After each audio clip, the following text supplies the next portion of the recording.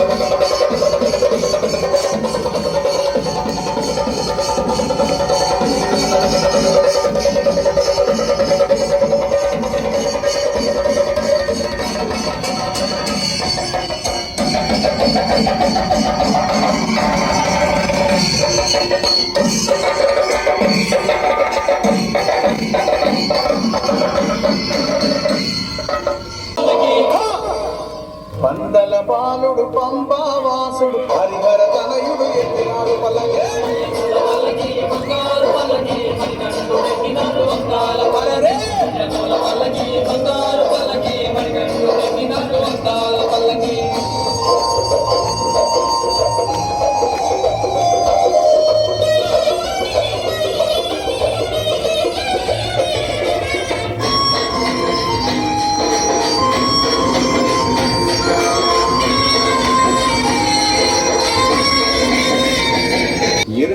వాసుడు ఏకాంత వాసుడు హరిహర తనయుడు ఎత్తినాడు పల్లకి బంగారు పల్లకి పల్లకి బంగారు పల్లకి మణికంఠుడెక్కినాడు అందాల పల్లకి